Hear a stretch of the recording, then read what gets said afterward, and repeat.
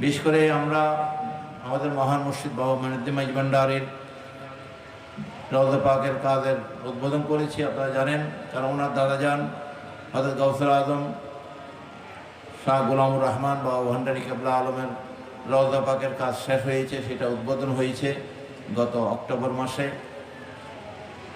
আমরা সেই খেয়ালেই ছিলাম ওনার কাজ শেষ হলে আমাদের মুর্শিদ কেবলার কাজ আমরা শুরু করব। সেই হিসাবে ইনশাআল্লাহ আমরা এই কাজ ধরব। এটা মসজিদ এবং মাজার শরীফ, এখানে যেন মোটামুটি 8-10 হাজার মানুষ একসাথে জামাতে নামাজ পড়তে পারে, ওইভাবে একটা বড় কমপ্লেক্স, যেটা প্রায় 100 কোটি টাকার প্রজেক্ট, এখানে ইনশাআল্লাহ তাআলা এখানে যেন আমরা করতে পারি। আপনাদের সহযোগিতাও দরকার, প্রত্যেকের সহযোগিতা দরকার ইনশাআল্লাহ তাআলা। এখানে আমরা এই কমপ্লেক্স আমরা